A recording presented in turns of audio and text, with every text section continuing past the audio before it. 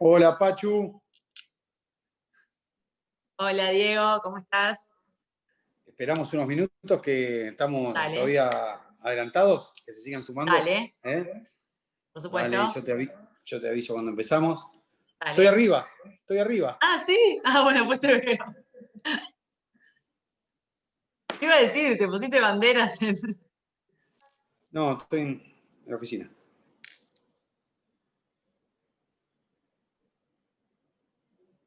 A ver si nos vamos mostrando, prendiendo las cámaras.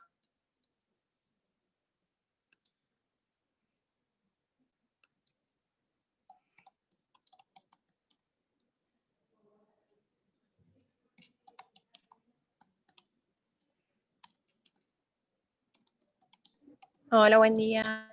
Buen día.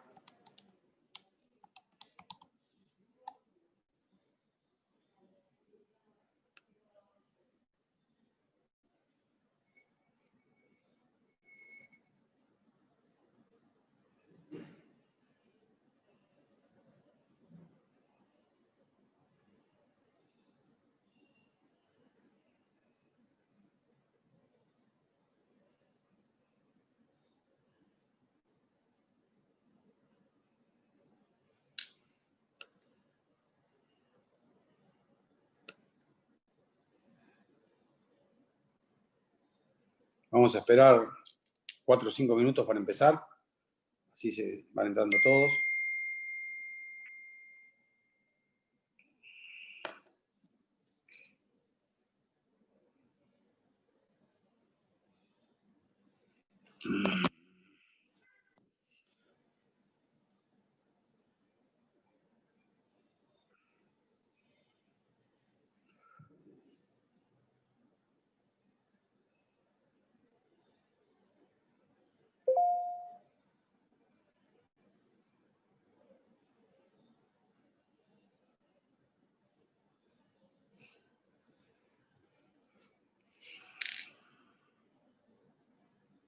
Hola, Josefina, buen día.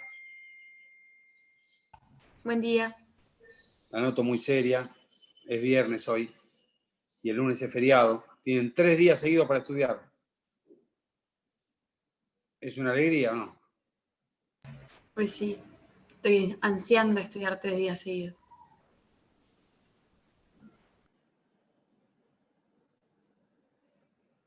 Hola, Lisa, buen día. ¿Cómo le va? Siempre sonriente. Muy bien. Buen día, doctor. Un gusto.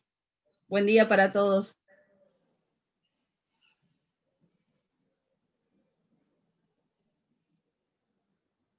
Se van sumando. Paz, esperamos 2 minutos, ¿puede ser? Sí, no hay problema. Vos me avisás y arrancamos cuando quieras. Están ingresando. Sí, sí, claro. Primero te voy a presentar como corresponde.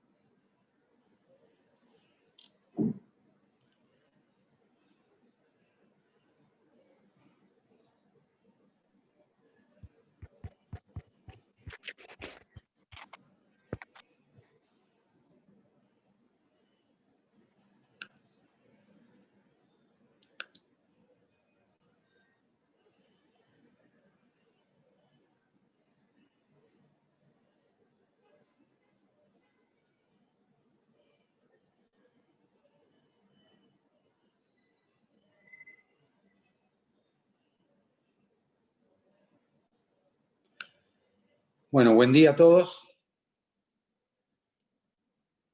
Buen día, profe. ¿Cómo andan? Buen día. Buen Ya día. estuve viendo algunos de los trabajos que mandaron. Buen día.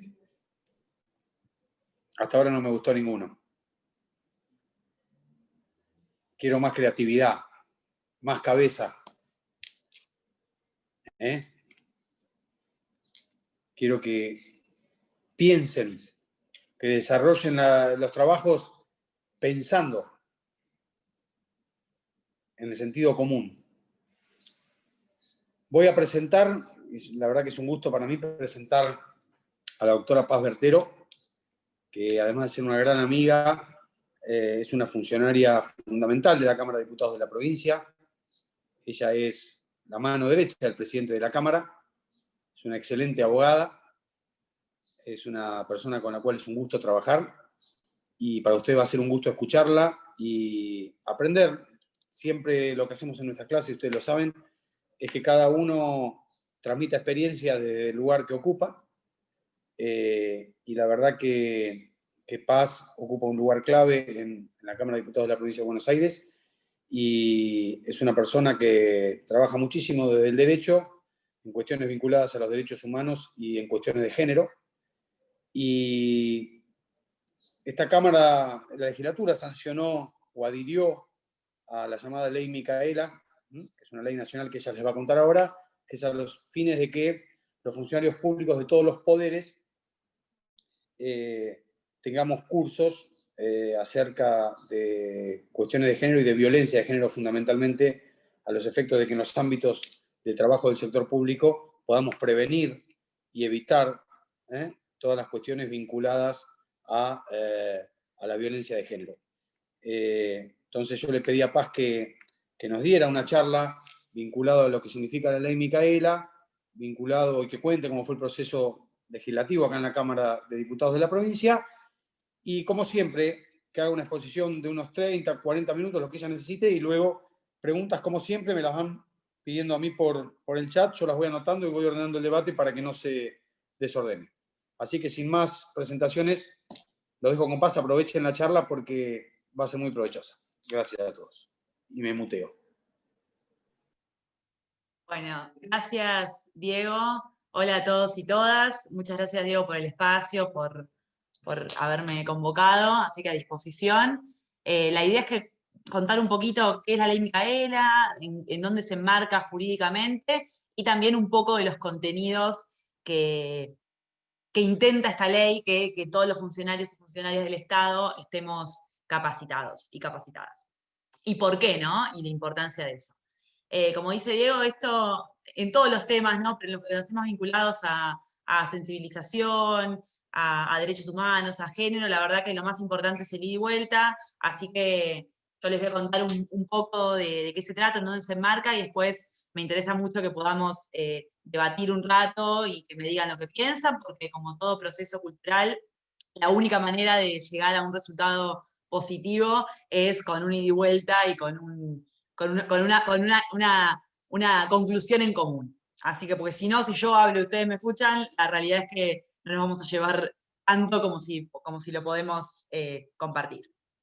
Bueno, como decía Diego, la ley Micaela es una ley nacional a la cual todas las provincias de nuestro país adhirieron, incluida obviamente la provincia de Buenos Aires, que se sancionó en el año 2018, a fin del año 2018, y su nombre se lo debe a una chica que era militante del movimiento Ni Una Menos, que luchaba por los derechos de las mujeres y que fue asesinada a sus 21 años a la salida de un boliche en Gualeguay, por una persona, un varón, que tenía antecedentes penales, antecedentes más específicamente de índole sexual.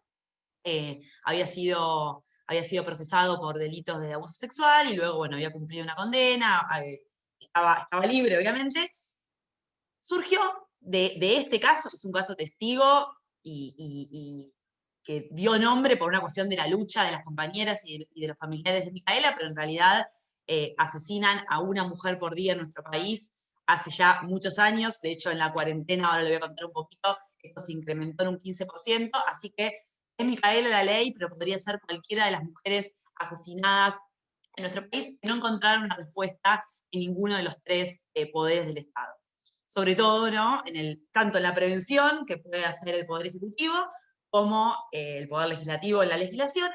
También vale destacar que en términos legislativos, nuestro país es un país de vanguardia, ahora lo voy a contar un poco, pero lo que más falta, por eso decía lo del principio del cambio cultural, es un cambio cultural que nos permita a toda la sociedad entender y cambiar cosas para que no nos sigan asesinando, para que no siga habiendo desigualdad y demás. Así que es un cambio que tenemos que hacer entre todos. La Ley Micaela lo que instaura en nuestro país es un programa nacional permanente de capacitación en género y violencia contra las mujeres.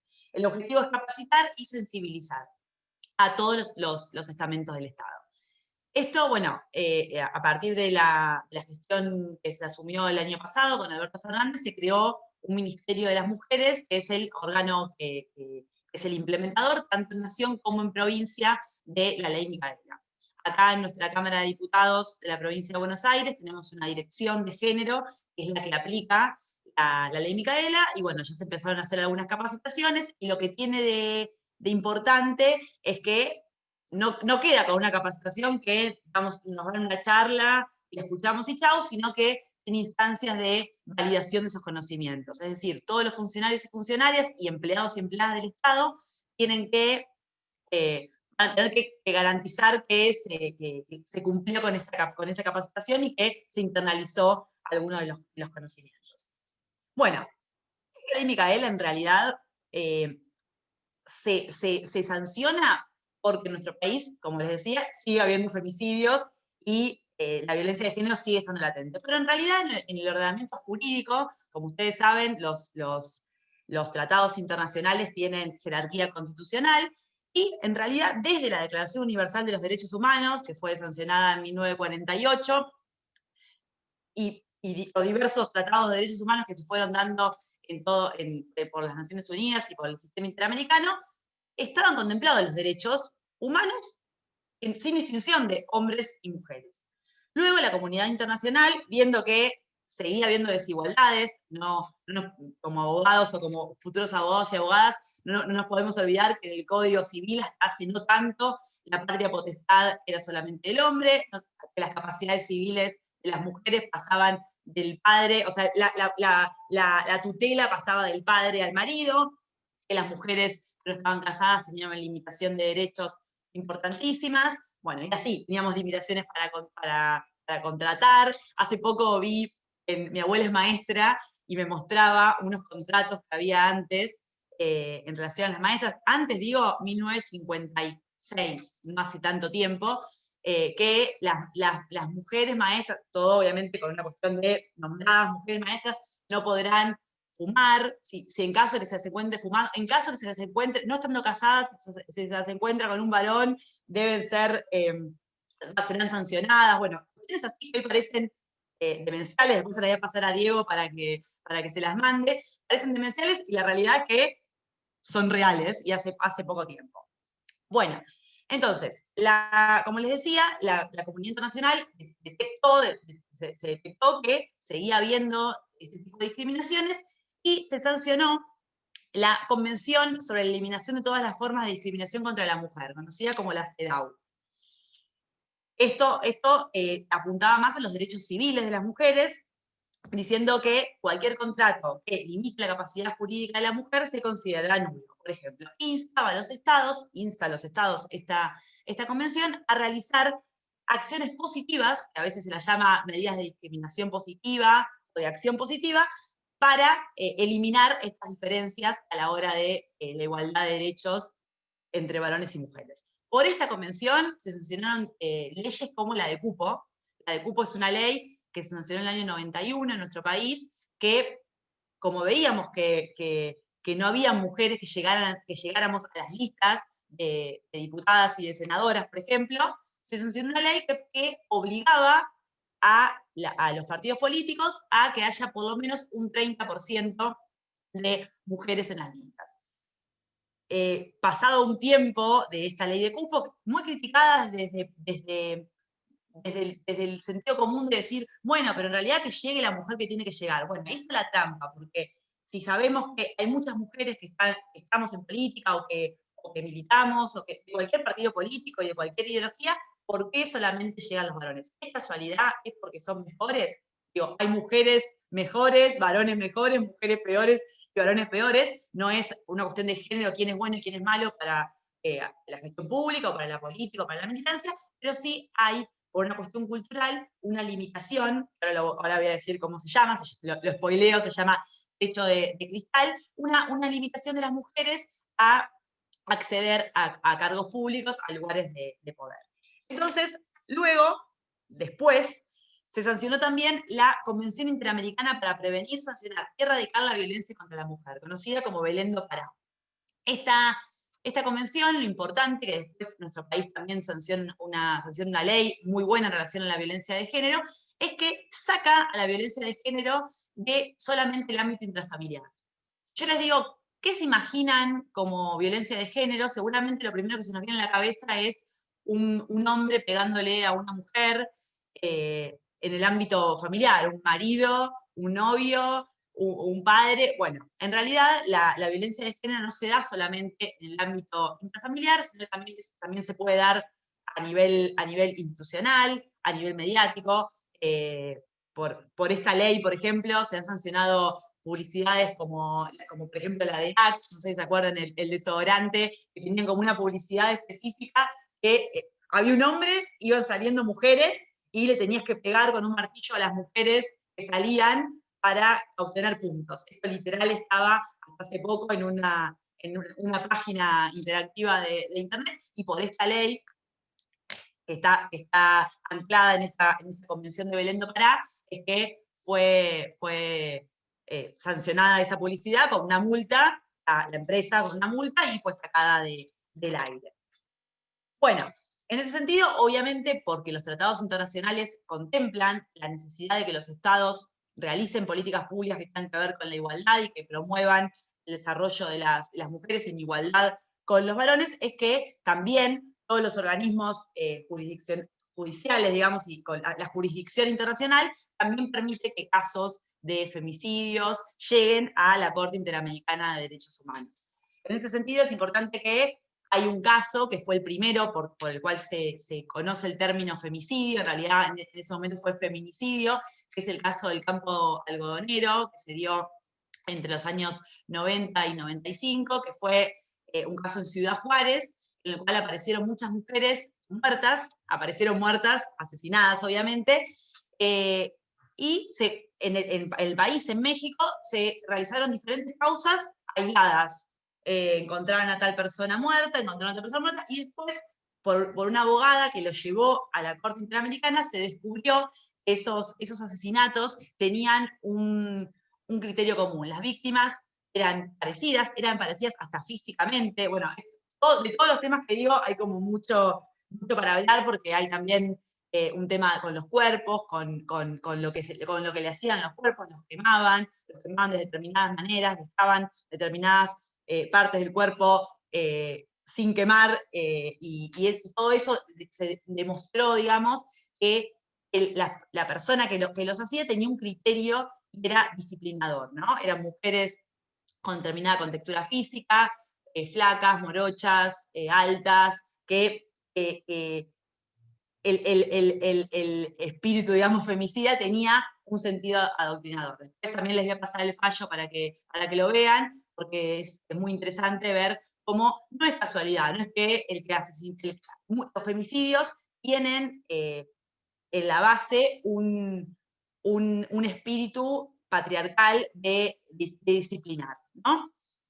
Bueno, en este sentido, en nuestro país hay una ley que es muy importante, que es una ley que también adhirió la provincia de Buenos Aires, que es la ley 26.485 de protección integral para prevenir, sancionar y erradicar la violencia contra las mujeres. Que por esa ley se determinan los diferentes tipos de violencia, ¿no? Como les decía hoy, la violencia física, la violencia psicológica, la violencia sexual. La violencia sexual es esto que ahora conocemos como el no es no. Bueno, antiguamente también nuestro Código Civil era una causa de un deber, digamos, conyugal, tener relaciones sexuales, y muchas veces también en los procesos y demás, cuando la violación o el no es no, era cuando era un desconocido, pero no cuando era una persona que conviviera con una, por ejemplo. Entonces, la importancia de esta ley es eso, pero sin embargo, seguimos viendo que en el Poder Judicial, y también en todos los aspectos del Poder Judicial, desde la comisaría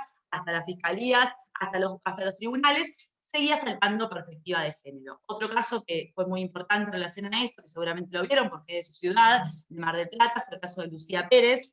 El caso de Lucía Pérez es una chica que fue asesinada, lo conocen, ¿no? Sí, al caso. Fue asesinada en Mar del Plata, y el fallo, que ahora finalmente la Cámara lo revocó, pero era vergonzoso porque decía cosas como que por los mensajes que mandaba Lucía, por el desarrollo sexual que tenía Lucía, había que destacar, decía algo así, los jueces decían, hay que destacar esta persona no iba a mantener relaciones sin su consentimiento, como si un juez, una jueza, pudiera determinar que una persona en ningún momento puede verse vulnerado o vulnerada en su consentimiento, ¿no? Nadie puede decir que alguien no puede ser violado en su consentimiento, ¿no? Eso es una clara falta de perspectiva de género, sobre todo cuando el victimario la doblaba en edad a la víctima, que tenía solo 16 años.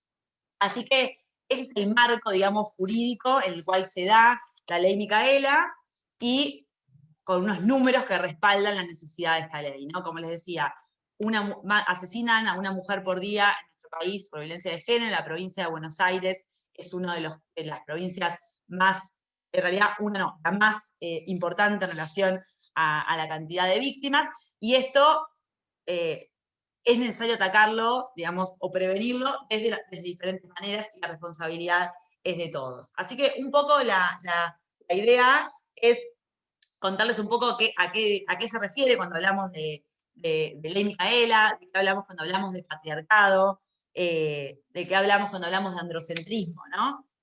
El androcentrismo, que es una palabra que quizás no es tan conocida, es una perspectiva que ordena a la sociedad considerando al hombre como un sujeto superior y universal. Si yo les digo así, me van a decir qué exagerada, qué feminazi, no, o no es tan así, o por qué. Bueno, yo ahora les voy a explicar cuáles son las cosas por las cuales esto es así.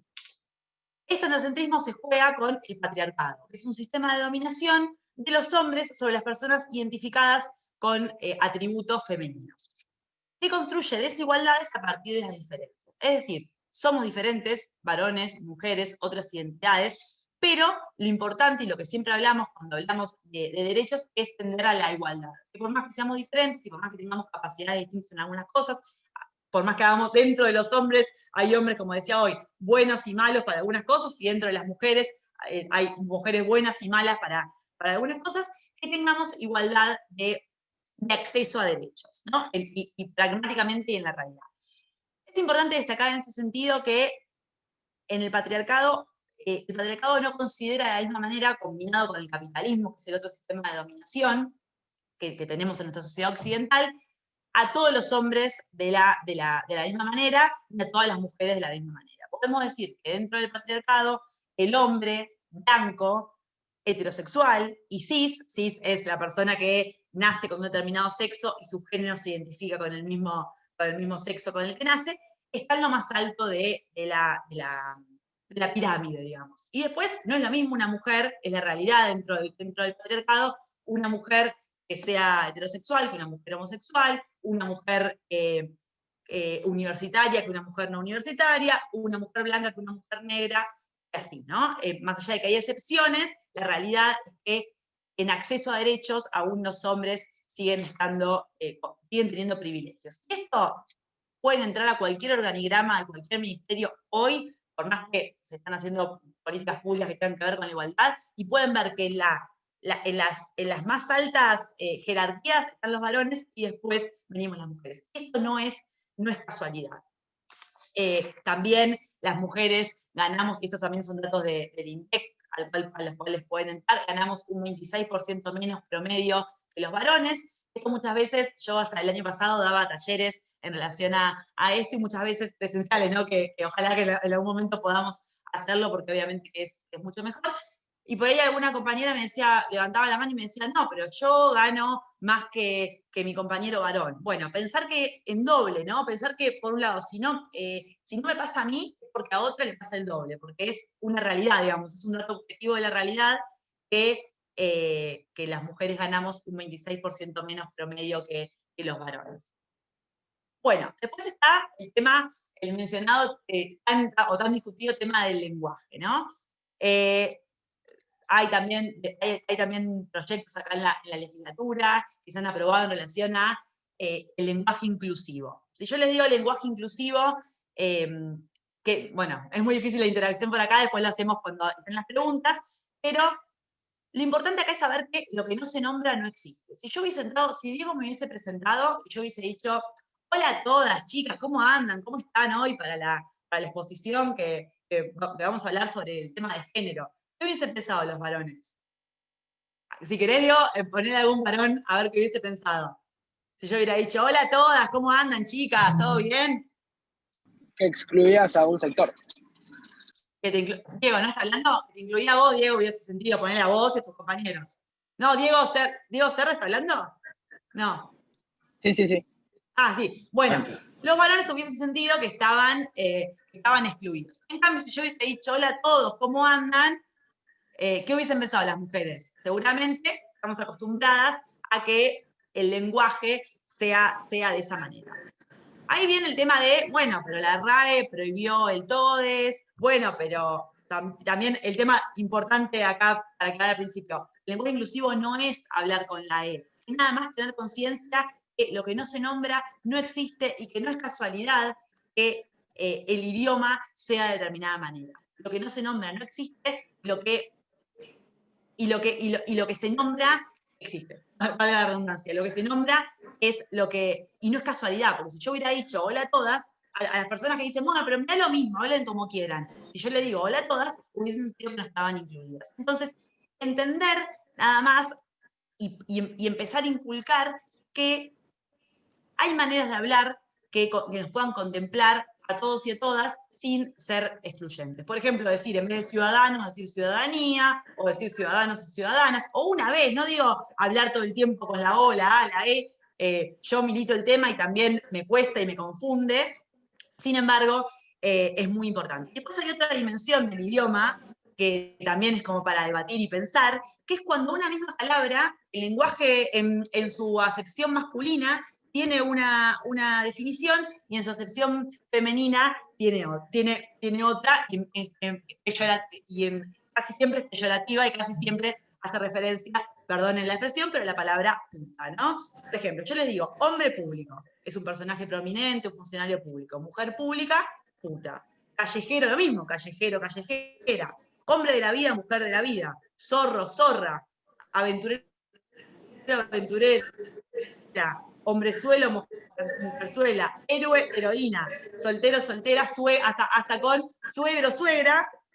Suegra siempre tiene una connotación negativa. Es un ejemplo, digamos, no para hacer un fundamentalismo de lo del lenguaje, pero sí para saber por qué las mujeres también luchamos por el tema del lenguaje. Es un tema que es una parte mínima, no es que una persona que habla con la O va a asesinar a una mujer, ni mucho menos, por supuesto que no, pero sí es una manera de empezar a visibilizarnos y que en definitiva es una de las microviolencias que hacen que después, ahora voy a mostrar la figura de un iceberg, hace que después sean posibles el resto de las violencias.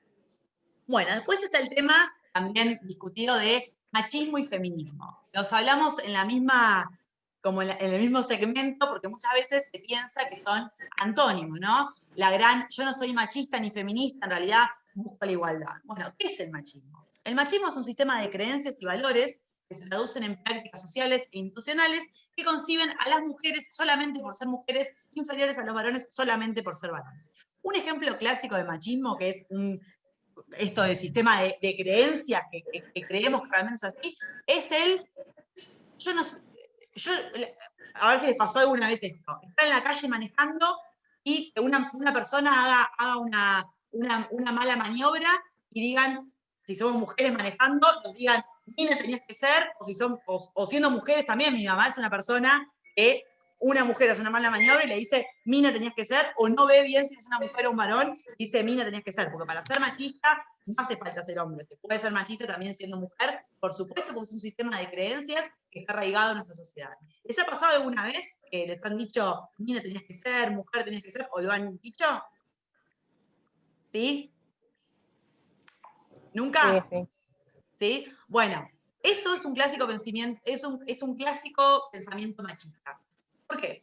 No hay un manual o una regla que diga que las mujeres manejamos peor que los varones, ni que los varones manejan mejor que las mujeres. Hay mujeres Es que el manejan clásico andar a lavar los platos. Es el clásico. Lo mismo iba a decir Roque, ¿no? Roque, lo mismo iba a decir de yo no sé usar el lavarropa porque vos sabés usarlo esto, gorda, vos lo usás mejor. No, las mujeres no nacemos con un instructivo de cómo cocinar o cómo usar el lavarropas o cómo lavar los platos. La realidad es que las mujeres, en general, digo en general, no es mi caso, yo todavía no tengo hijos y estoy todo el día con el trabajo, pero digo lo mismo cuando pensamos en la desigualdad en relación a los salarios. No me pasa a mí, pero pasa en general, y por eso cuando hablamos de cuestiones sociales tenemos que hablar de lo general, que se cree que la mujer, por ser mujer, sabe cuidar mejor, o sabe cocinar mejor, o sabe limpiar mejor. Bueno, eso no es así. A lo sumo es una cuestión de costumbre, como los hombres están más acostumbrados a estar en la cosa pública, en la calle, obviamente esto fue cambiando en las últimas décadas, pero digo, en general y ancestralmente, saben hacer mejor por ahí determinadas cosas, y las mujeres, pero no es que nacemos con un chip que nos hace cocinar mejor o lavar mejor, ni manejar mejor. Entonces, saber esto es importante a la hora de no naturalizar cosas que escuchamos. Yo las escucho acá con gente que milita el tema de género, igual seguimos teniendo arraigados. Conmigo misma, yo muchas veces me encuentro teniendo pensamientos y cosas machistas. Entonces, saber que es una lucha diaria y muchas veces no están arraigadas en cosas reales de nuestro cuerpo, nuestra inteligencia o nuestras capacidades, sino que son mitos que los tenemos arraigados. Después, por otro lado, está el feminismo. El feminismo es una palabra que obviamente tiene mala fama, porque solamente las feministas que vemos en los medios de comunicación muchas veces son las que les tiran tomates a una iglesia o se pintan y putean a alguien o bardean a alguien. Perdón, hablo así, perdón Diego, las expresiones. Y en realidad el feminismo es otra cosa. El feminismo es un movimiento social y político que lo que hace es luchar por visibilizar y eliminar las desigualdades entre hombres y mujeres por la igualdad de derechos y oportunidades. Ser feminista es luchar por la igualdad. Ser feminista es cito a Diana Mafia, que es una antropóloga feminista muy reconocida, que lo que dice es que ser feminista es darse cuenta que existe la desigualdad, que esa desigualdad nos moleste, nos incomode, porque por ahí muchas o muchos de ustedes dicen, bueno, sí, ¿qué tiene que los hombres ganemos más que las mujeres? ¿O qué tiene que haya, en todas las provincias de nuestro país, haya nada más 2 mujeres gobernadoras? Para mí está bien. Si no nos incomoda, está bien. Pero digo, saber que existe esa desigualdad nos incomode y nos moleste, y lo tercero es que hagamos algo para cambiarlo. Y hacer algo no es ponerse un pañuelo verde y salir sin remera a la calle y gritar, o ir a una marcha o pertenecer a un partido político que luche por el feminismo. No, hacer algo para cambiarlo es que Roque se dé cuenta en la casa que con quien viva, si vive con una mujer, hace más tareas, hace más tareas del hogar y él no las realiza de la misma manera y diga, no, hay que hacer algo para cambiarlo y yo tengo el mismo derecho a hacerlo y el mismo derecho a no hacerlo que ella, y lo mismo con cualquiera de ustedes acá. Entonces, la perspectiva de género es hacer algo para cambiar la desigualdad diaria entre varones y mujeres. Bueno, y en ese sentido, ¿qué es la perspectiva de género? ¿No? La perspectiva de género es una forma de observar la realidad, que parte de la equidad de géneros. Es decir, busca comprender cómo se organiza y se reproduce el poder en una sociedad y busca revertir esas desigualdades, reconociendo que hay un orden jerárquico de los géneros que está mal, ¿no? Después hay otra cosa más que dos cosas más que me gustaría decir, y después, si quieren, abrimos a las preguntas, es el tema de los estereotipos de género, ¿no? ¿Qué son los estereotipos de género? Son modelos de conducta que están construidos socialmente sobre la base de la diferencia sexual. Es decir, la diferencia de nuestros cuerpos, las diferencias anatómicas entre varones y mujeres, nos llevan a pensar que las mujeres somos de determinada manera y los varones somos de determinada manera. Lo que a veces hago para hablar de esto es leer estereotipos y adjetivos cambiados para ver qué nos parecería un hombre o una mujer que fuera de la manera que voy a decir ahora. ¿Qué les parecería si yo le digo? Yo le cuento a Diego, ¿no? Ay, Diego, no sabes, estoy soltera y hasta el otro día conocí un varón que me encanta, es tierno, pasivo, es prolijo, está 3 horas arreglándose el pelo. Yo le digo, dale, vamos, que tenemos que ir a cenar, y me dice, pará, que me falta arreglarme el copo, que no me quedó muy bien. A ver, mirá, sacame una foto a ver cómo estoy. Temeroso, la verdad que lo tengo que llevar a la casa cuando salimos porque le da miedo entrar, le da miedo que entrar solo, porque hay mucha inseguridad en la calle, así que tiene pánico de entrar solo, así que bueno, yo salimos a comer, después lo llevo, espero bien a que entre, me dice ya entré, anda tranquila, y ahí yo me voy tranquila, súper sensible, se larga a llorar viendo, escucha la canción de Arjona y se pone a llorar sin parar, y bueno, me dice todo el tiempo que me ama, que me quiere, a mí es un poco denso, pero bueno, la verdad que estoy contenta y la verdad que no cobra un mango, yo lo mantengo, pero es altruista, no es un escalador, la verdad que lo que le gusta es cuidar a esos nenes que en el jardín, y no cobra, lo hace ad honorem porque bueno. Y le tengo que insistir para tener relaciones sexuales porque le da miedo que dirán los amigos de que tengamos relaciones sexuales tan rápido. ¿Qué dirían de ese varón? La verdad. ¿Alguno? ¿Alguna? Personalmente se parece mucho a mi novio, sacando los últimos ejemplos. O sea que por ese lado, a mí, Agustina. Me encanta. porque es re Muy bien. tierno, o sea, no sé. Buenísimo. ¿Qué piensa que diría la sociedad de ese varón todavía? A mí no se me viene en la cabeza nada de decirle, pero la sociedad siempre va a decir es como una mujer, porque en realidad lo ven así. Pero a mí, por Claro. ejemplo, cuando contabas eso no se me venía a la cabeza. Pero, No, pero bueno, cuando yo lo que le digo es qué piensan que diría la sociedad, claro. no, porque obviamente nosotros y nosotras en general vamos cambiando y tenemos por el contexto social, por las luchas de los feminismos, por las luchas de muchos de los partidos políticos que se dan cuenta de esta situación, empieza a haber un cambio cultural. Pero ¿qué creen que aún diría la sociedad de un hombre que no gana un mango y que lo mantiene la mujer? ¿Qué De es un hombre afeminado? que tiene miedo de caminar por la calle. ¿Qué es afeminado? Nosotras, sí, Pilar hablaba, ¿no? Eso, ¿qué es? ¿Cómo? ¿Qué es afeminado? Vos no te escuché lo que dijiste. Que es afeminado y por qué sería así. Lo digo porque justamente mi novio, que es una persona muy machista, tiene un amigo que es así, siempre le dice eso. Bueno.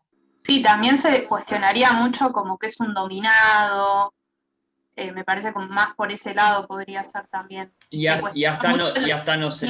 Sí, el perdón. desempeño también sexual, como que el hombre siempre tiene que estar predispuesto a eso, creo que eso también sería un tema importante. Y hasta nos Y yo enojamos le- porque les exigimos que sean, o sea, la sociedad le exige que no sea así, entonces nos enojamos cuando no cumple con ese estereotipo. Bueno, eso que dice Roque es muy importante porque es el punto en el cual el patriarcado también afecta a los varones, ¿no? Cuando por ahí escuchamos la palabra patriarcado, machismo, creemos que nada más afecta a las mujeres, que en realidad eso no es así. La exigencia de los varones por tener que, como decía la compañera Aldana, ¿no? Aldana, siempre estar dispuestos a tener relaciones sexuales, o siempre dispuestos a invitar a una cena, o siempre. Eso es una exigencia que a los varones también el patriarcado le inculca desde muy pequeños, que hace que también sea negativo para ellos. Obviamente que la diferencia trascendental es que a las mujeres nos ponen en riesgo porque matan a una mujer por dentro de nuestro país por cuestiones de género. Pero la realidad es que también, si vamos al fondo de la situación, es también por eso. Porque los varones tienen una exigencia y una necesidad de controlar muchas veces. Digo, cuando yo hablo como les decía hoy, en general, porque es la única manera de abordar un problema social. No estoy diciendo que los varones que estén acá sean así, o que las mujeres que estén acá sean de determinada manera, o que yo, o que Diego, hablo en general porque es la única manera de poder abordar un problema. En general, si yo digo que una mujer, yo la verdad que no sé, estoy con la persona que quiero cuando quiero y todas las noches estoy con uno distinto, les puedo asegurar, cuando, mira, les iba a contar como una anécdota que yo hace 3 años doy talleres ahora no por el cargo que estoy haciendo acá, pero daba talleres con la Defensoría del Pueblo de la provincia de Buenos Aires de noviazgos violentos en escuelas de toda la provincia. Mar del Plata, de hecho, fuimos muchas veces. Y todos los chicos y las chicas, el año pasado, esta generación, ahora, pibes que tienen ahora 16 años, cuando yo decía estos ejemplos, decían que es un puto, que es afeminado, y cuando una chica, ¿qué dirían de un chico que está con la chica que quiere cuando quiere, que es un galán, y qué dirían de una chica que hace lo mismo y que es una torranta? Esto nos sorprendió, el taller lo dábamos con una compañera que tiene mi edad, yo tengo 34 años, y nos sorprendió porque creíamos que esto no era así en las generaciones actuales, creíamos que eso había cambiado, creíamos que eso era así cuando yo iba a la escuela, no ahora, y sin embargo sigue estando. Entonces, cuando nos encontramos con esa realidad, entendimos por qué sigue estando tan a flor de piel, digamos, esta cuestión del machismo en todos los estamentos de la sociedad. Y después, bueno, por último, para ya si quieren abrir a las preguntas y al debate, quiero dar 3 conceptos claves que, bueno, ya lo fui mencionando un poco a lo largo de la charla, pero que son importantes para entender la perspectiva de género, que es la brecha salarial, es la diferencia de ingresos entre varones y mujeres. Esto, lo que les decía, que el porcentaje es 26,2% la diferencia de salario entre varones y mujeres. El techo de cristal, que son las limitaciones que tienen las mujeres para acceder a empleos jerarquizados de poder y responsabilidad. Esto es así y se puede corroborar en cualquier estamento del Estado y en cualquier empresa privada también. Hay excepciones, Eugenia Vidal fue gobernadora, Cristina Fernández de Kirchner fue presidenta, ella fue la primera presidenta, Vidal la primera gobernadora, pero hay excepciones, sí. Entonces, ¿cómo Vidal llegó a ser gobernadora si hay un techo de cristal? Vidal llegó a ser gobernadora porque, como toda regla, como lo sabemos muchos de los abogados y las abogadas, tienen excepciones, pero la realidad es que la mayoría de las mujeres no llegamos a lugares de poder, y esto se puede ver en cualquier ámbito, tanto público como privado, y lo pueden corroborar entrando a cualquier organigrama de cualquier ministerio. Y después la feminización de la pobreza, que por ahí también es un término que hemos escuchado, es que las mujeres, si agarramos también después se lo voy a mandar a Diego para que lo tengan, si agarramos las personas más pobres en nuestro país son mujeres. Acá tengo una de las filminas, en la tasa de subocupación, de desocupación, de personas mayores de 14 años, el 18% son mujeres. Hay una diferencia del doble de mujeres que de varones desocupados. Y también en la tasa de subocupación, lo mismo, hay una diferencia del doble de mujeres desocupadas y varones desocupados. También hay otra cosa importante que es, bueno, esto es una aclaración, esto del techo de cristal en relación a los cargos públicos, podemos ver la importancia de las leyes de cupo y de paridad. En nuestro país está la ley de paridad, en nuestra provincia también. Y acá un tema para destacar cuando decimos por qué es importante la ley de paridad, esto, que llegue los que tengan que llegar, los que sean buenos o buenas, sin importar el sexo y el género. Obviamente eso sería lo ideal, el tema es que no ocurre.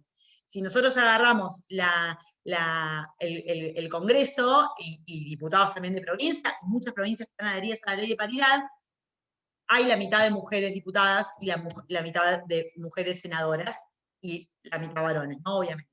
En los casos del Poder Ejecutivo, hay solamente 2 gobernadoras mujeres y un 9,5% de intendentas mujeres en nuestro país. Entonces, cuando decimos, no hace falta la ley de cupo, que las mujeres que lleguen, las que son buenas y pueden llegar, bueno, ¿qué les parece? Usando el sentido común, que las mujeres queremos ser legisladoras y no queremos ocupar lugares de poder en el Poder Ejecutivo.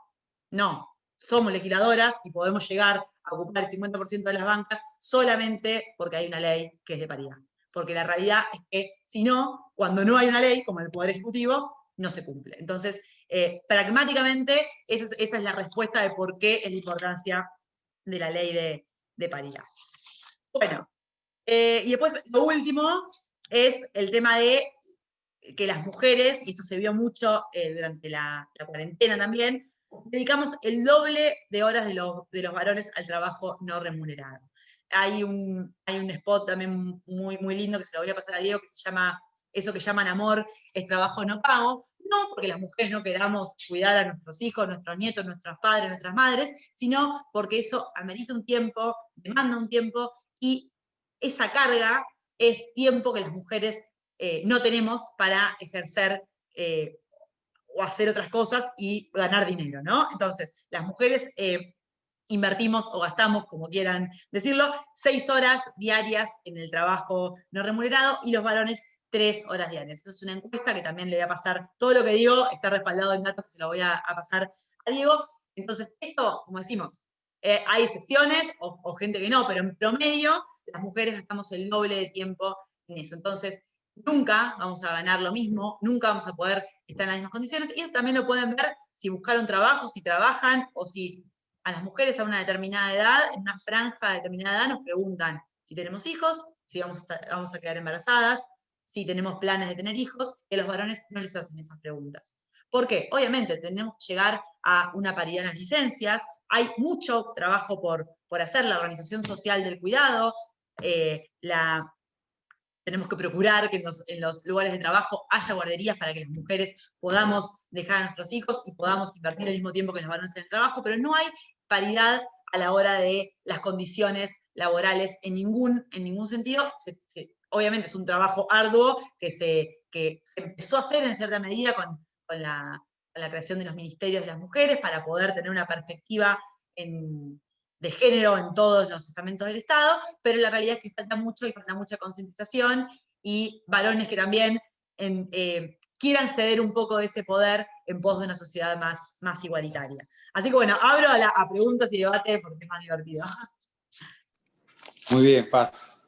Muy bien. Tengo muchos oradores. Vamos a organizarnos de la siguiente manera. Ya cerré la lista de preguntas porque si no, no nos vamos más. Y lo que podemos hacer es otra clase con Paz en otro momento. Entonces puse un límite. Tenemos 10 oradores, o sea que es bastante. Bien. Vamos a empezar con Pilar Telechea. Ay, ¿se me escucha bien ahí? Porque me anda medio mal el internet. Mi consulta es, en cuanto a vos dijiste los conceptos claves, también agregar que hay algunos productos que están destinados a los varones y a las mujeres, y cuando suelen ser para las mujeres suelen ser como un poco más caros o un poco más elevado de precio, eso por un lado. Después, cuando te referís al cupo laboral, me gustaría hacer referencia también al cupo laboral trans, que muchas veces no se cumple, por no decir que nunca se cumple. Y después, respecto a que hace poco sucedió una noticia de una instructora de danza, de una bailarina que fue acosada por un alumno, y el alumno ya había tenido determinadas conductas con ella, medio raras, por no decir otra cosa, y cuando finalmente la ataca y la vulnera, se da en un canal de noticias que específicamente fue el de Mauro Viale, que hizo un comentario totalmente, no quiero decir desacertado ni desafortunado, porque fue muy intencionado, refiriéndose a la parte del cuerpo de la chica que fue atacada, como diciendo, ay, bueno, pero tenía buenos glúteos para amortiguar el ataque, o no sé, una cosa así totalmente desagradable. ¿Qué tipo de sanción se le puede imponer o qué se puede hacer con esa gente que sigue ocupando lugares y que atrasa muchísimo? Bueno, Pilar, las 3 cosas, totalmente de acuerdo. En el fragor de querer decir todo, obviamente hay algunas cosas que no las pude decir. Eso que decís vos es el impuesto rosa. Lo primero, digo, el impuesto rosa es una dimensión económica en la cual los productos se llama impuesto rosa por el término, pero en realidad no es un impuesto, sino es un agregado de dinero a determinados productos cuando están destinados a mujeres. El clásico ejemplo, que llega a salir hasta un 50% más, es el de la Gillette. Tenemos una Gillette de varón y una Gillette de mujer. en general el producto es exactamente igual. Y sin embargo, el de la mujer, porque es rosa, porque tiene un packaging, porque te muestran la propaganda de la mujer que le queda la piel divina después de que se la pasa, llega a salir hasta un 50% más. Esto es comprobable también tengo un informe que está hecho por la Defensoría del Pueblo, que se lo voy a pasar a Diego, que muestra más ejemplos de esto, pero es comprobable también hasta en las remeras. Remeras de varones y remeras de mujeres, salen más caras las remeras de mujeres. Ni hablar, otra dimensión que te la agrego en el sentido económico es también el tema de los productos de gestión menstrual, que también no están contemplados en ninguno de nuestros salarios y demás, y que también tienen un incremento de precio mucho mayor al de productos similares para varones, para otras cosas, ¿no? Pero para varones. Hay sobre el mercado una clara discriminación en ese sentido, y es comprobable yendo a cualquier supermercado y viendo cuánto sale una Gillette para mujer y una Gillette para varón. Una Presto Barba, ¿no? Digo, para no decir la marca. Después, lo otro que decías en relación, lo segundo no me acuerdo ahora que habías dicho, Pilar. Del cupo laboral trans. El cupo, sí. Bueno, el cupo laboral trans también es muy importante. El cupo tiene el mismo sentido que tiene lo que hablaba con el cupo en relación a las mujeres en las listas. Es muy importante porque la realidad es que la mayoría de las personas trans terminan teniendo que ejercer la prostitución, no por una elección, sino porque no consiguen trabajo. Y en nuestro Congreso Nacional ha tenido un avance en relación al tema. En la Cámara de Diputados tenemos también algunas personas trans dentro de los empleados y empleadas, pero la realidad es que falta un montón. Eso falta un montón. En algunos organismos hay, pero la verdad es que si bien hay una ley, este es el típico caso, hay una ley que contempla esto, pero la realidad es que todavía no se está cumpliendo en muchos de los lugares y mucho menos en lo privado, ¿no? Y lo otro, lo de Mauro Viale, en realidad, por la ley, esta que nombraba hoy, la ley que yo les decía que contempla a la violencia de género también fuera del ámbito familiar, una de las dimensiones es la mediática, y así como se prohibió la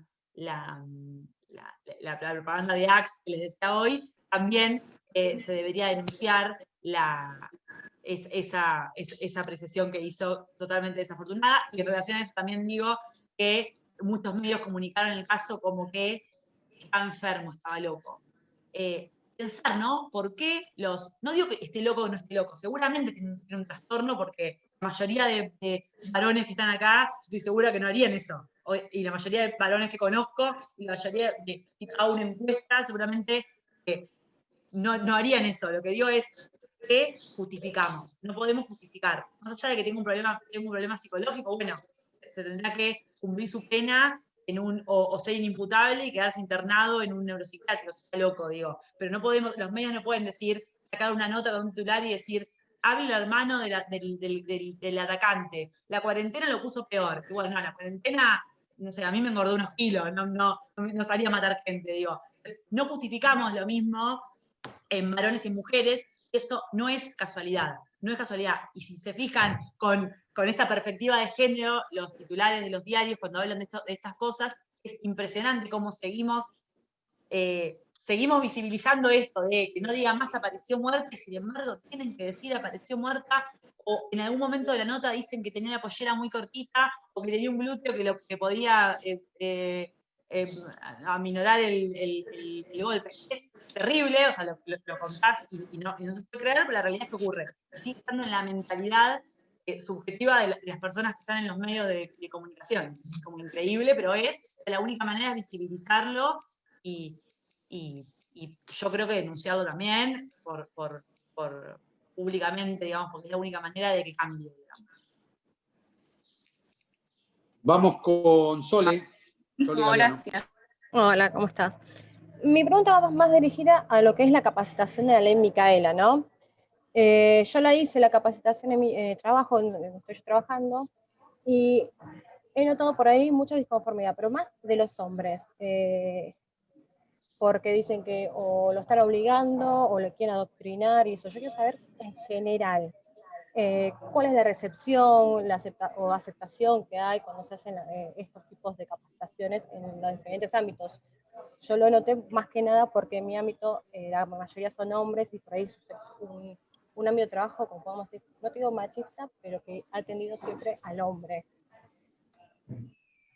Bueno, sí, Sol, la verdad que es así, digamos. Hay como varias cosas en relación a eso. Por un lado, yo creo que lo más importante, la ley Micaela es una ley, obviamente, que determina cosas generales. Lo importante es cómo se lleva a la práctica, ¿no? Quiénes son las personas que van a dar, cómo lo dan, no sé cómo fue en tu caso, con qué tono lo dieron, digamos, pero creo que es un tema que va a ser muy difícil llegar realmente a los varones, porque es una cuestión de ceder poder, es una cuestión de también tener que reconocer y asumir un montón de cosas que no están buenas, digamos, y también un montón de cosas que tampoco tienen la culpa los varones, o sea, los varones no tienen la culpa de haber sido criados de una manera machista, o tampoco tienen la culpa de ejercer lugares de poder, digo, tienen la responsabilidad de aportar para cambiarlo, pero no tienen la culpa. Entonces, creo que muchas veces por ahí se manifiesta de una manera que en vez de acercar posiciones, como que se rechaza. Entonces, no sé cómo te lo dieron a vos, son personas dando cosas que trascienden, digamos, la ley o la política pública, porque ya es, como es muy cultural, se termina resumiendo en la persona que va en cuerpo o en Zoom y te dice las cosas, entonces depende mucho de cómo lo hayan hecho, y también la recepción, digamos, eso acá en la Cámara de Diputados todavía no empezó una capacitación general, pero todavía no empezó lo específico de este ida y vuelta con ejercicios y demás, así que todavía no te puedo contestar eso acá en la Cámara de Diputados, va a ser el año que viene en marzo, pero sí que por los talleres que he dado yo desde la Defensoría del Pueblo, por ejemplo, yo lo di en varios municipios, en San Martín, en Castelli, en Lomas de Zamora, y ahí la recepción, nosotros llevábamos muchas cosas audiovisuales y cosas para que se puedan ver y se puedan ver reflejados, y en general era buena, pero bueno, también hay mucho, obviamente no va a ser fácil, no es cuestión de una capacitación y ya está, tiene que ser algo diario, no hay una respuesta, digamos, porque depende mucho de quién la dé y cómo, creo, eso es una opinión personal. Claro, la capacitación para mí estuvo perfecta, por lo menos a mí me gustó. Yo iba con todas las ganas, feliz, pero por ahí no todos. Pero ya desde que antes empiece la capacitación, se notaba disconformidad de varios en querer hacerlo. Iban porque me obligan, voy porque me obligan, porque si no, no vengo. Es que hay una ley porque es obligado, o sea, el tema es así, es como lo del cupo, es como lo del cupo, si todos quisiéramos aprender y, qué sé yo, no hay se me ocurre ahora, no hay una ley que obligue a que sepamos usar las redes sociales, todos y todas les empezamos a aprender a usar, en cambio, para esto tiene que haber una ley porque la mayoría no quiere aprender o entender a qué nos referimos cuando hablamos de desigualdad, porque también hay algo como hasta inconsciente de que a muchas personas no les conviene tampoco, ¿no? Entonces creo que se juegan como muchos factores que hacen que, obviamente, que los varones muchas veces no quieren hacerlo. Sí, lo que noté es que hubo mucha sensibilidad en algunas personas, en ambos sexos, tanto mujer y hombre, la capacidad ayudó mucho a abrirse personas que no se podían abrir en ciertas situaciones. Un hombre que siempre dice que fue machista y de repente su hijo decidió ser mujer y hacer toda su transformación. Y en las mismas capacitaciones se iba tocando sensibilidad, o chicas que en su momento se sintieron abusadas o algo, y para mí fue impecable. Pero bueno, quería saber más o menos si es de pasar mucho estas situaciones o cómo es el grado. No, es muy común que pase eso que te pasó a vos, es muy común, y yo creo que mientras que haya 2 personas, 3 personas, 1 persona, 10 personas, algo que haya movido, es algo cultural que va a llevar su tiempo, que lo van a ver nuestros hijos o nuestros nietos, pero bueno, creo que es así como pasito a pasito y que la única manera es sí tratar que las personas que lo den o el material que se dé sea lo más amigable posible para que se pueda. Gracias. Gracias. Vamos con Roque. Hola, buenos días.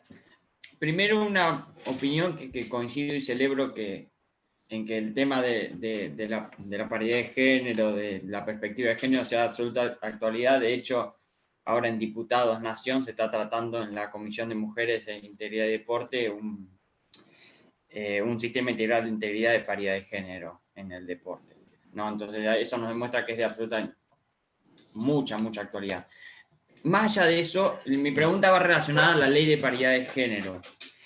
¿Cuál es tu opinión o tu perspectiva respecto de las vacantes que quedan en las suplencias y cómo se integran esas vacantes? Por ejemplo, en diputados hemos visto cuando renuncia o cuando queda vacante el cargo de una mujer, que lo suple el hombre por que está debajo, que ha estado debajo en la lista.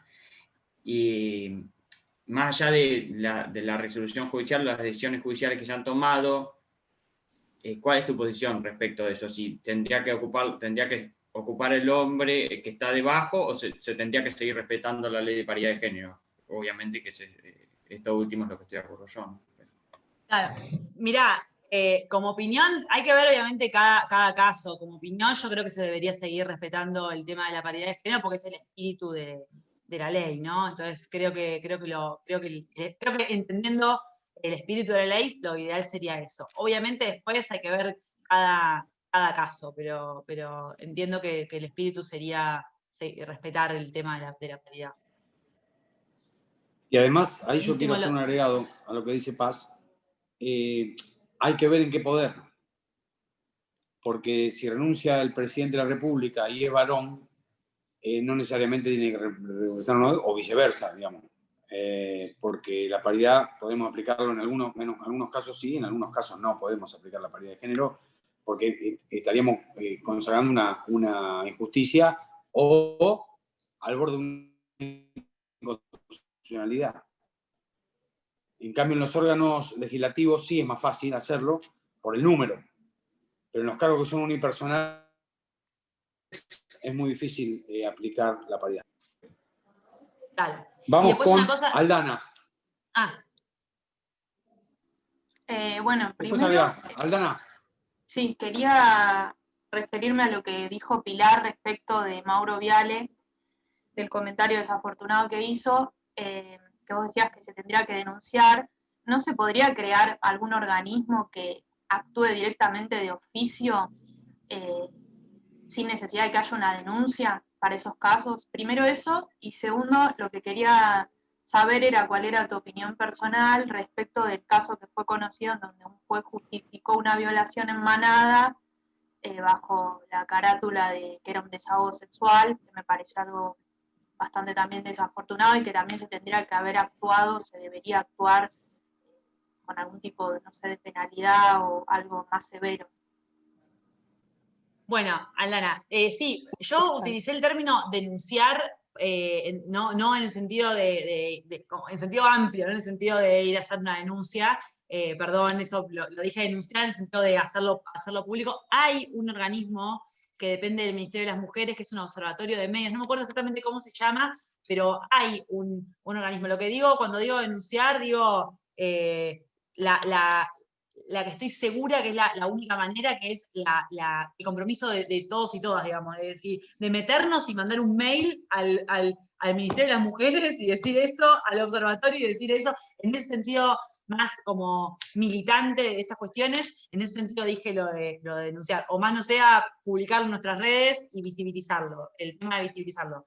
Hay un organismo, no recuerdo exactamente el nombre ahora, pero se llama algo así como Observatorio de Medios, algo así, que yo entiendo que va captando estas cosas y les van mandando. Lo voy a buscar bien, pero entiendo que hay un organismo en relación a eso. Y de hecho, muchas veces ha pasado, que lo iba a decir cuando la compañía lo mencionaba, porque ha pasado que se han desdecido. Ha pasado que programas, no sé, me acuerdo una vez con Doman, que ha dicho, bueno, yo la otra vez dije esto, quiero decir que, porque también es un aprendizaje, digo, pensando bien de Mauro Viale en este caso, o de cualquier conductor o conductora, nos pasa lo mismo que a nosotros. Yo dije que a mí me pasa que a veces me encuentro diciendo o haciendo comentarios machistas, entonces les puede pasar y también se puede decir. Creo que, por eso digo lo de visibilizar, creo que ya está bueno que por lo menos la persona pueda decir, no, dije esto y por lo menos me mataron en Twitter y tengo que salir a decir me equivoqué con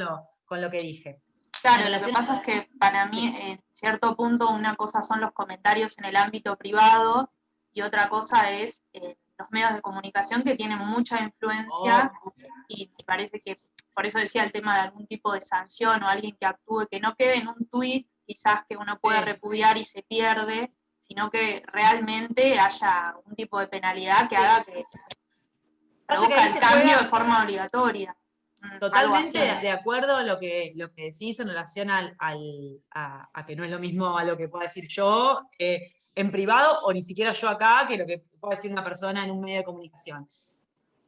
Pero ahí hay también una colisión de derechos con el tema de la libertad de expresión, o sea, tampoco se puede sancionar, es muy difícil, por eso es cultural, es como, por eso digo lo del tweet como un ejemplo, no digo que hay que hacer eso sí o sí, pero digo, la única manera es como llevando el carro, digamos, del sentido militante cultural.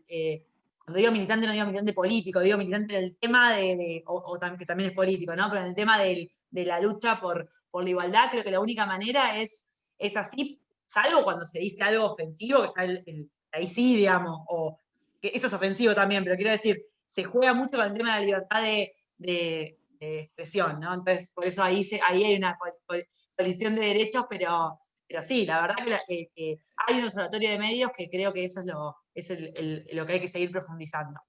Y en relación a lo otro, por supuesto que me parece terrible lo del tema del desahogo sexual, es uno dentro de esto, lo de Lucía Pérez, que porque había tenido relaciones sexuales antes y le llevaba una síndor, quería ser violada, por poco dice el fallo. Es tremendo, y lo mismo con esto, el desahogo sexual es un término tremendo, es como que no hay palabras, pero la verdad es que lamento desilusionar porque son futuros abogados y abogadas, pero la verdad que el Poder Judicial está todavía muy atrasado en estas cuestiones y la verdad es que la única manera, en realidad dije lamento desilusionar, la única manera es que existan más abogados y abogadas que desde adentro y desde afuera podamos visibilizar estas cuestiones y podamos en los escritos y demás visibilizar que está muy mal que pase eso. Hay muchos jueces que siguen pensando de esa manera, es la realidad. Y lo bueno, si, comilla, es que cada vez más somos las personas que nos damos cuenta que es una aberración que digan eso, digamos, pero la realidad es que la justicia sigue estando llena de personas que también piensan de esa manera. Agustina. Gracias. ¿Burgos ¿Agustina? o otra Agustina? Agustina Burgos. Ah, genial.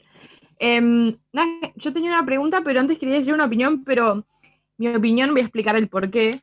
Es por una cuestión de cuestiones familiar y hasta mismo relaciones laborales, que me siento que el día de mañana, cuando sea abogada y cuando quiera ocupar un cargo por vocación, a mí no me gustaría que me elijan o que me pongan en ese cargo por una cuestión de que soy mujer, sino por mi idoneidad, porque estoy segura por confianza propia de que voy a lograrlo. Y a veces siento que hasta me sentiría mal si me dicen, no, falta una mujer, Agustina, vení. Pero eso quizás es una opinión personal y porque todavía no llegué a ese punto y todavía no tuve que luchar para llegar a ser el día de mañana, no sé, legisladora, jueza, lo que sea.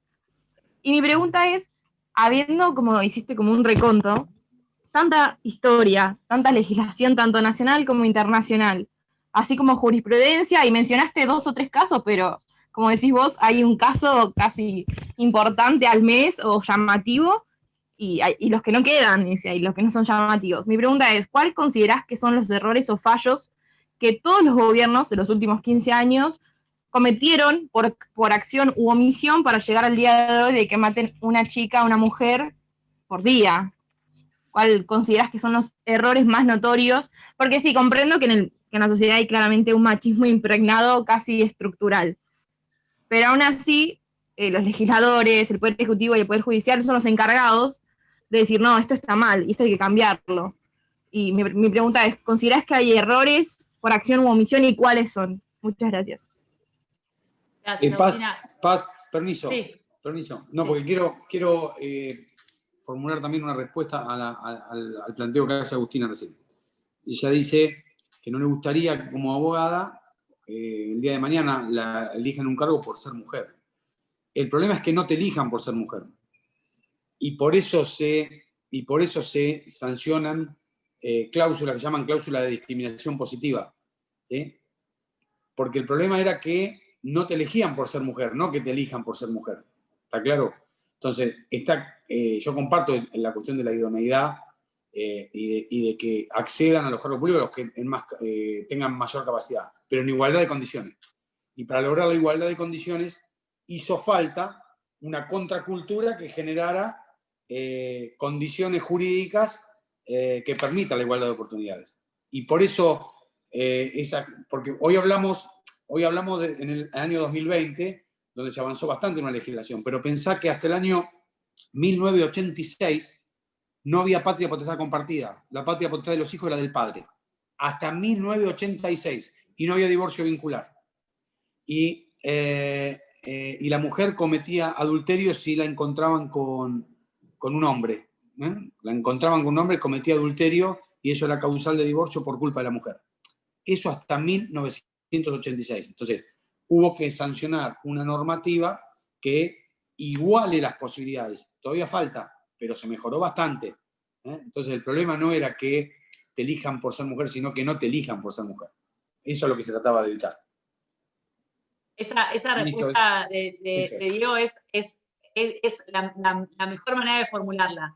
La idoneidad, obviamente, creo que a ninguna mujer le gustaría que le digan, solo un lugar hay una mujer. También en esto muchas veces, aprovecho para decir, muchas veces han levantado la mano y nos han dicho, bueno, pero a mí no me gusta que esté lleno de hermanas de, mujeres de, amantes de. Claro, a nadie, también las mujeres que trabajamos un montón de tiempo, también te da bronca eso y te molesta. Digo, para hablar real y para poder transformar algo. También me molesta, pero ahora, es mejor que haya mujeres a que no haya, porque si no, la realidad es que, como dice Diego, podés ser la mejor, ¿verdad? Y sabés que vas a ser la mejor asesora que le va a llevar la mejor propuesta al que ocupe el lugar. Entonces, eso es así. Me parece impecable lo que dijo Diego. La clave es que te dejen de elegir, que tengas todas las condiciones, menos una de que sos mujer. Y te puedo asegurar que eso es así. Es así, obviamente va cambiando por la legislación y demás, pero es así. Y después en relación a lo otro que decías, la realidad es que, más allá de que obviamente que los diferentes gobiernos tienen diferentes ideologías o ideas de políticas públicas y demás, pero hay algo estructural que es que hay evidentemente una falla en relación al tema de la violencia de género. Yo creo que sobre todo es en el tema del Poder Judicial. Creo que en lo legislativo, para hacer un análisis rápido, las leyes de nuestro país son realmente buenas. O sea, la ley de violencia de género en nuestro país fue copiada y es modelo en América, literal. O sea, es muy buena ley de violencia de género. Ahora, la realidad es que no se cumple. Si yo les muestro, si yo les leo toda la ley, desde la prevención hasta el abordaje completo, la realidad es que no se cumple toda, no se cumple. La ley es impecable, pero la realidad es que llevada a la práctica, vos vas a una comisaría y a veces te dicen que no podés hacer la denuncia porque, de vuelta, no, pero anda a tu casa e intenta arreglarte. O sea, yo he tenido mujeres que me han venido a ver, que tengo que acompañarlas yo a hacer la denuncia porque le dicen, de vuelta, no, o sea, literal, ahora, hace un año, no hace 10 años. Entonces, la realidad es que yo creo que en general yo creo no, esto es, en general los femicidios no es que es un tipo que se levantó un día y dijo, ay, ¿quién tengo al lado? La voy a matar. No, en general tiene antecedentes, hay denuncias, incluso a veces hay condenas. Entonces, la realidad es que la falla principal yo creo que está en el tema del Poder Judicial de implementar las medidas necesarias para evitar que ocurran los femicidios, porque el femicidio no es de la noche a la mañana, nunca. O sea, el femicidio antes, sí o sí, hay hostigamiento, amenazas, golpes, de eso, una cosa o la otra, o las tres cosas o todo, pero digo, no es que, en general, no es un tipo que se levantó un día y dijo qué mujer mató hoy. Eso puede pasar. Tengo anotado acá los datos de este año, pero hasta julio había habido un 15% más de femicidios, y lo quiero buscar porque, bueno, no lo encuentro. Pero el porcentaje era que de los 168 creo que había habido, 75 fue la pareja, unos 40 fue la expareja, unos 30 fue un familiar o conocido y 10 fueron un desconocido. Entonces, la realidad es que el típico miedo a que salir a la calle y que te asesinen puede ser más por un robo que por un femicidio. Un femicidio en general se da cuando es una pareja o expareja o alguien que en algún momento le dijo a la mujer que la amaba. ¿Cómo? Intrafamiliar. Claro, intrafamiliar. Y una persona que en algún momento te dijo que te amaba, después te mató. Entonces, en general. Y lo mismo pasa con los abusos y las violaciones. El típico, si yo les digo, ¿qué se imaginan de una violación? ¿Qué se imaginan?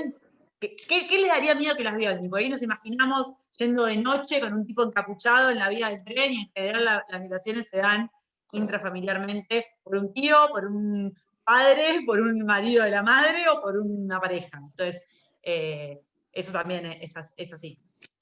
Bueno, vamos terminando. Nos quedan 2 preguntas y después voy a hacer un pequeño cierre. Gabriela. Hola, ¿qué tal? Buenos días. Bueno, mi pregunta... Gabriela está conduciendo. No, me quedé acá parada porque si no, no llegaba y... Manejás bien, mujer tenías que ser, ¿no?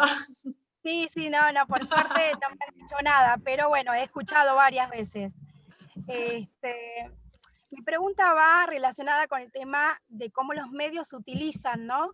De alguna manera para vender o para exteriorizar, y dejan al descubierto a la mujer como objeto. Es como que aprovechan del rating dejando a la mujer o utilizándolo como objeto para su rating. Entonces, yo digo, si hay algún ente que pueda de alguna manera, que ellos piensen antes de emitir un programa para no dejar tan expuesta a la mujer, porque es como que no las cuidan y como que se da en ese contexto y zafan. Pero sin embargo están haciendo eso, ¿no? Dejar a la mujer como ese objeto de que delante de toda la sociedad, porque en realidad es para la sociedad. Entonces seguimos con esta forma de sociedad arraigada que venimos teniendo, que nos enseñaban a que cómo tenía que ser la mujer, ¿no? Y lo seguimos viendo en televisión, y es como que no hay nada que los controle de alguna manera para que esto no se produzca. Esa es una de las, digamos, de algún proyecto que se pueda hacer, si bien no se va a poder controlar en la totalidad, sino que para que ellos puedan exponer de otra manera, o al menos cuidar más a la mujer cuando lo hacen. Yo he visto programas así al pasar que exponen a una mujer que ha sufrido una violación. O sea, me parece terrible tener que, más allá que la persona pueda acceder, ¿no? Porque está este convencimiento de que puede acceder y ante lo que le ha sucedido para que los demás sepan. Y en realidad no le soluciona nada, está exponiéndola como un objeto para que ella obtenga, digamos, este rating. Eso por un lado, porque a veces me parece que las personas que se exponen no saben, o sea, se aprovechan de este desconocimiento para que ellos puedan sacar un rédito, ¿no? Eso es lo que por ahí me causa desagrado por ver esa inocencia de este lado y el aprovechamiento del otro lado. Eso es una de las cosas que por ahí consulto. Y con respecto al tema de los abusos, ¿no? ¿Cuántas veces hay abusos intrafamiliares, pero con primos, y que de repente los padres no proceden a hacer denuncia porque es más complicado el tema del que fue abusado que de la persona que lo realizó? Y a veces pasa que por ahí lo ves, yo he visto, por ejemplo, el maltrato también de los niños, que los padres se sienten con ese derecho de vulnerar y de tratarlos, de jalarlos del pelo, que por ahí a veces cuando vas a ayudar a lugares que tienen menos posibilidad y los ves el trato, y los chicos tienen miedo. Entonces por ahí son 3 preguntas distintas, ¿no? Pero se correlaciona. Quería preguntar demasiadas cosas, sí. Pero desde lo público, desde qué pasa en la parte intrafamiliar, de que a veces no hacen nada de algo que sucede, porque es más complejo para el niño pasar un montón de situaciones para comprobar que el primo abusó, o el tío, o lo que sea, ¿no? Y esto de la vulnerabilidad del maltrato, de que el padre se cree dueño del hijo y delante de cualquiera le pega un correctivo o lo denigre, cuando el niño va al lugar donde se puede recrear y demás, el niño tiene miedo. Y le ves la mirada, el miedo que tiene. Y uno, si no es parte de la familia, por ahí no te puedes meter. Entonces, fíjate cómo por ahí a veces te sentís vos también vulnerable de no poder ayudar, porque también ellos creen que está bien lo que le está sucediendo, de que el padre tiene que poner ese correctivo. Entonces, como que está bien. Y vos que lo ves que no está bien, vos sos la que desencaja. Bueno, por ahí son perdón, pero Sí. tenía... Sí, Gabriela. Gracias. Bueno, en relación a lo de los medios, por eso digo que no es una cuestión de ley, porque la ley esta que teníamos hablando de violencia, establece que la violencia mediática es todo lo que aparezca en los medios que sea violencia simbólica, que denigre a las mujeres. Sí. Perdón, te hago una interrupción, que está bien Sí. lo que vos estás diciendo. Lo que es importante aclarar es que lo que no puede haber es censura previa. Vos no podés prohibir la emisión de un programa. Lo que sí podés es sancionar el contenido una vez que se produjo, ¿sí? Se cometió un delito, se cometió apología del delito o se cometió alguna cuestión discriminatoria. Lo que vos no podés es evitar la reproducción de un programa, porque eso sería censura previa y está prohibida por la Constitución. Exacto. Sí, eso iba a decir, que también la libertad de expresión y la libertad de esto, como lo que decía Diego, ¿no? De la no censura previa y también las libertades individuales, ¿no? Porque si una mujer que fue violada, yo entiendo lo que decimos y comparto, pero es cultural. La única manera de evitarlo es si tenemos cerca a una mujer que está haciendo algo así, charlarlo, si nuestros hijos, nuestros padres, nuestros amigos, charlarlo. Es la única manera, porque la realidad es que no se puede prohibir o evitar.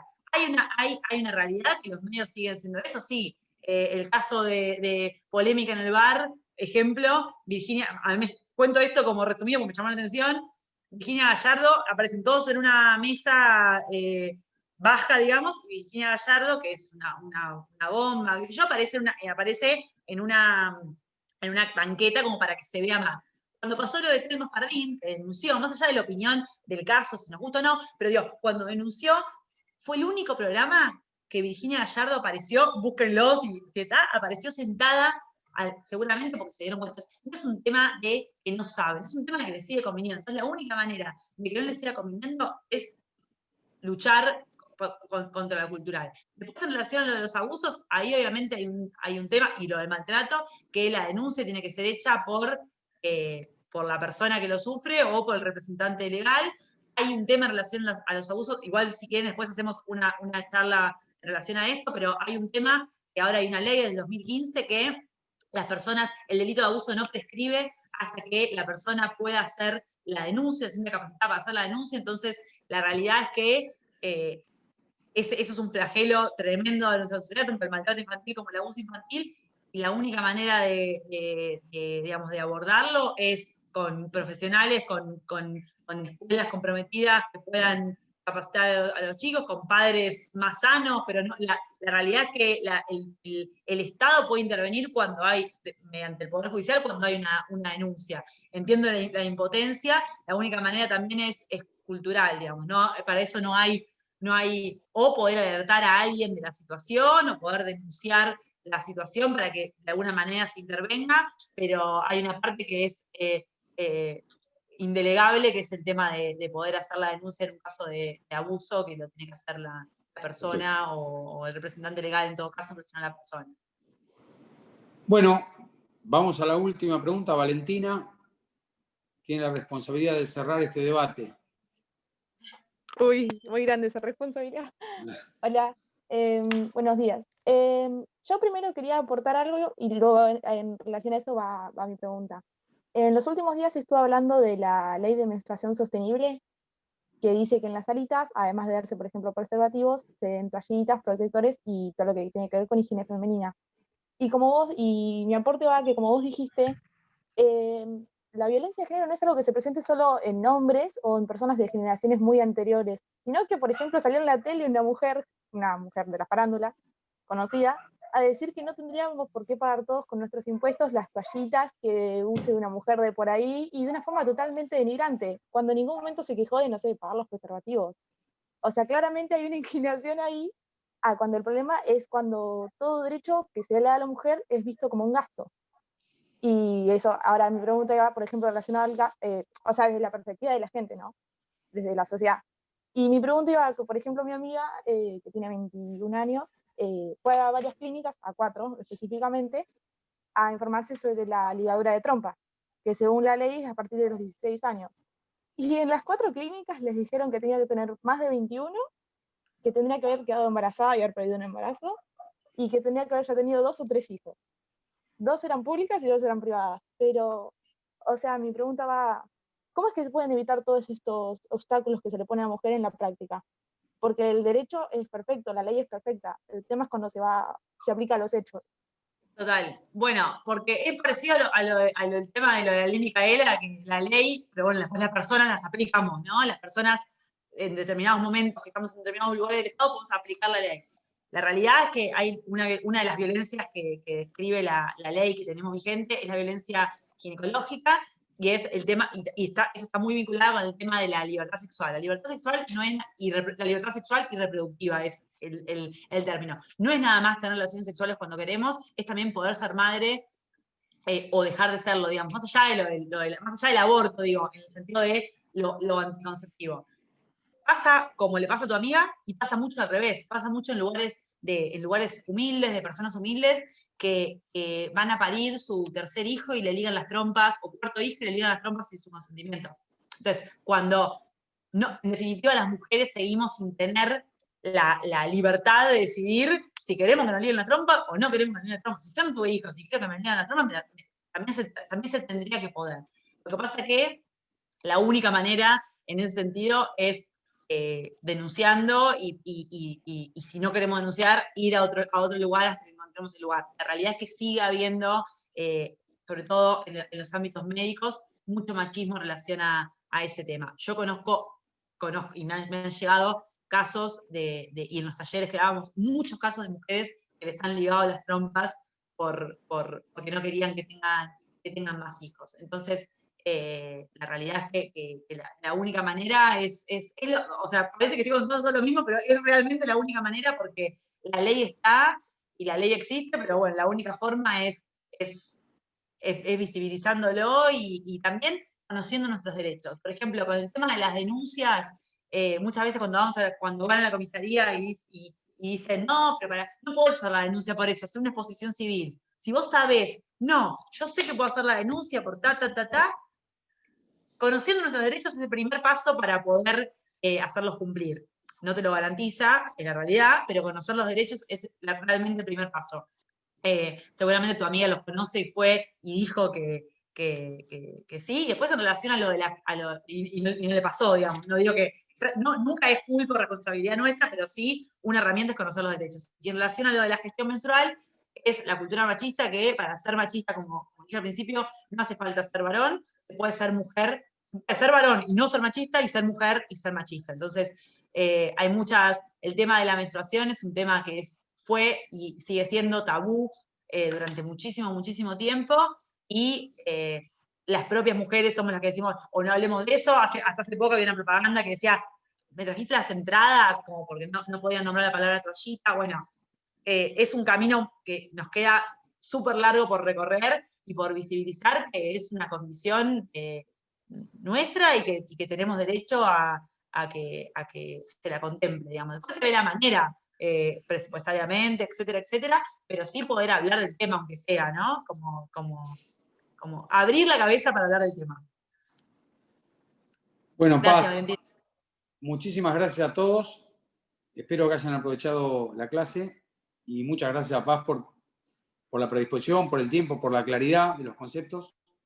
Y bueno, la idea es esta, que siempre los debates sean abiertos, que sean amplios, que no haya censura previa y que cada uno pueda dar su opinión y su punto de vista, que es muy interesante. Así que gracias, Paz, ha sido un gustazo. Y nosotros nos estamos viendo mañana. La dejo a Paz 2 minutitos para que se despida y nosotros mañana nos estamos viendo a las 10 con una clase de acefalía, las diferencias entre el Poder Legislativo de Nación y de la Provincia de Buenos Aires respecto de la situación de acefalía. Así que, Paz, 2 minutitos y terminamos.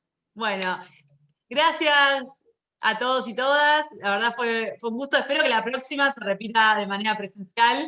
Así nos podemos Todos quieren ver y venir a Mar compartir. del Plata. Todos quieren venir a Mar del Plata. Claro, sí, tal cual. Yo, aunque digo que me lleva a Mar del Plata, bueno, gracias y a disposición. Le voy a dejar a Diego, que tiene mi mail, que se los mande si quieren hacerme lo que sea, compartir información, lo que sea, a disposición. Y muchas gracias, Diego, por invitarme a la clase. Y te voy a robar la respuesta te voy a robar la respuesta esa de que el problema es que no te elijan por eso. Exactamente. Chao, Paz. Chao a todos. Chao, gracias. Chao. Chao, gracias. Chao, gracias. Chao, gracias.